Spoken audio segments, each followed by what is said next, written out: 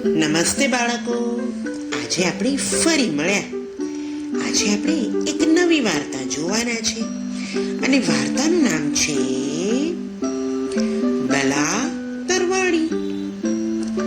વાર્તાનું નામ છે દલા તરવાડી.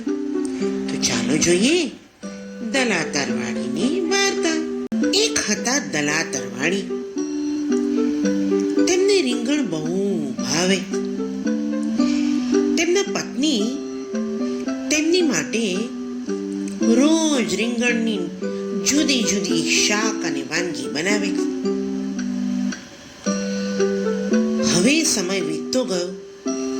એક દિવસ દલાતરવાડીના પત્ની કહે છે, સાંભળો, હવેથી રીંગણની કોઈ પણ વાનગી બનાવવામાં આવશે નહીં. દલાતરવાડી કહે, કેમ કેમ?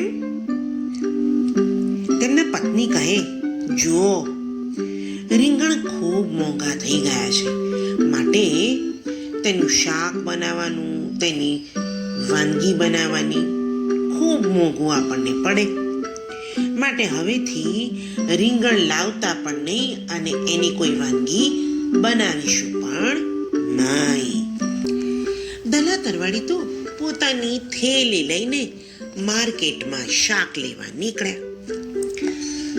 રસ્તામાં વિચારતા જાય કે રીંગણ વગર તો મને ચાલે નહીં, હવે શું કરવાનું? ચાલતા ચાલતા ચાલતા રસ્તામાં તેમને રીંગણની વાડી દેખાઈ. હવે તો દલાતરવાડીના મોંમાં પાણી આવી ગયું. વાહ, કેટલા સુંદર નાના નાના રીંગણ લાગ્યા છે. આનું જો રવૈયા બનાવવામાં આવે, ભરેલા રીંગણનું શાક બનાવવામાં આવે તો મજા જ પડી જાય. પણ કરવું શું? હવે તેમને વિચાર આવે છે કે હું શું કરું? અને આ વાડી હતી વશરામ ભુવાની. તેમને થયું કે લાવને, જો વશરામ ભુવા હશે તો તેમને પૂછીને થોડા રીંગણ લઈ લઈશ.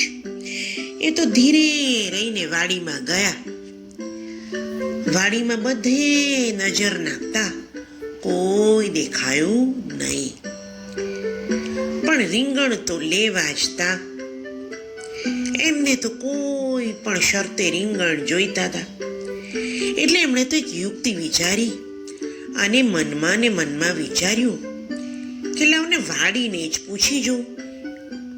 એટલે દલાતરવાડી તો બોલ્યા, વાડી રે ભાઈ વાડી, વાડી રે ભાઈ વાડી.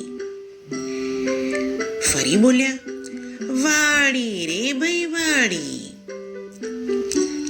કોઈ પણ જવાબ ન આવતા તેમને મનમાં વિચાર્યું, લાવ હું જાતે જ જવાબ આપી દઉં.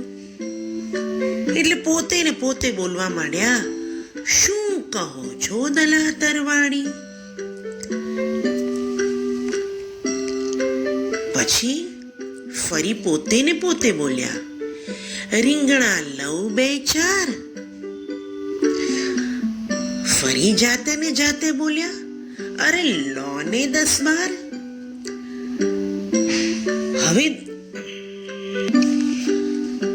લો ને 10-12. આ સાંભળી પોતાના જ અવાજને સાંભળીને જાતે જ વિચારી લીધું કે વાડીએ તેને રીંગણ લેવાની હા પાડી દીધી છે. એટલે તેમણે તો વાડીમાંથી રીંગણ તોડ્યા અને પોતાની થેલીમાં ભરી અને ઘરે પાછા આવ્યા. દલાતરવાડીની પત્નીએ જોયું, અરે આ તો રીંગણ. તેમણે દલાતરવાડીને કહ્યું, અરે આટલા મોંઘા રીંગણ છે તો પણ તમે લઈને આવી ગયા? દલાતરવાડી કહે, ના ના, આ તો મારા મિત્રની વાડીમાંથી લાવ્યો છું. હવે તો રીંગણ જોઈને દલા તરવાડીના પત્નીને રીંગણ ખાવાનું મન થઈ ગયું. એટલે બીજો દિવસ થાય છે અને તે તો દલા તરવાડીને કહે છે, સાંભળો, આજે માર્કેટથી આવતા ફરી રીંગણ લેતા આવજો. હવે કરવું શું? દલા તરવાડી તો ફરી વાડીમાં ગયા.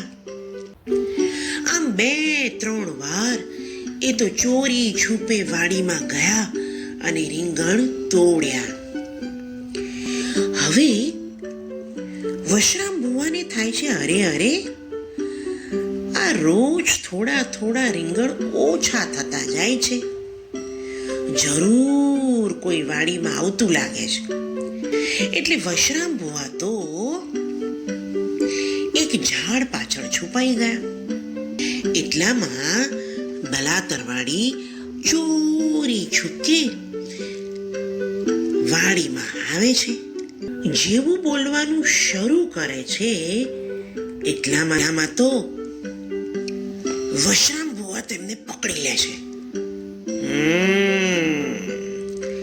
તમે રોજ મારી વાડીમાં આવતા હતા અને રીંગણ તોડતા હતા. દલા તરવાડી કહે છે, મને માફ કરો, મને છોડી દો. હું ચોરી કરીને ક્યારેય રીંગણ નહીં તોડું. હું તો વાડીને પૂછતો હતો. વશરામ ભુવા કે, કોઈ દિવસ વાડી બોલે?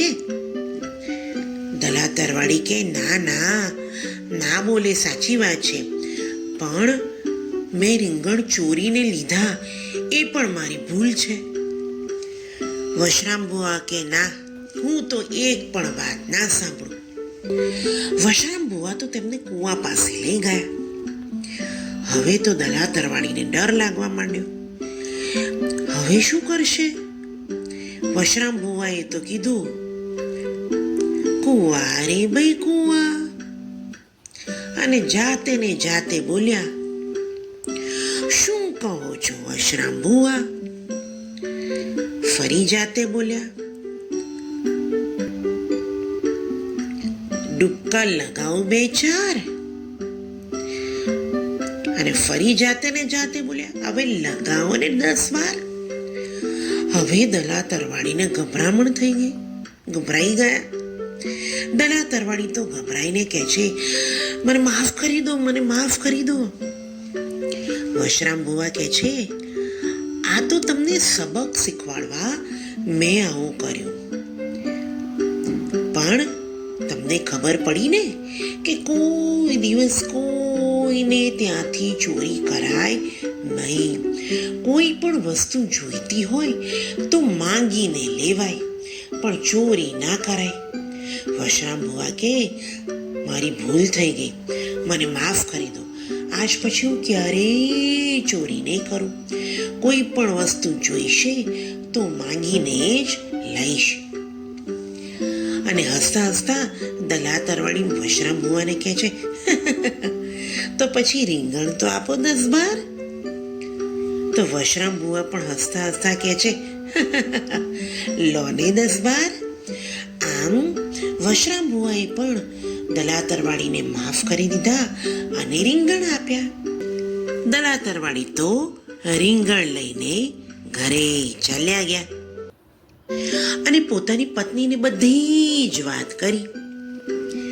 એમની પત્નીએ કીધું કે જાગ્યા ત્યારથી સવાર, બાળકો, આપણે પણ ક્યારેય પણ ભૂલ જો થઈ ગઈ હોય તો એને સ્વીકારી લેવી જોઈએ, બરોબર ને? અને કોઈ પણ વસ્તુ લેતા પહેલા પૂછવું જોઈએ. હવે આપણે નવી વાર્તા સાથે ફરી મળીશું. આવજો.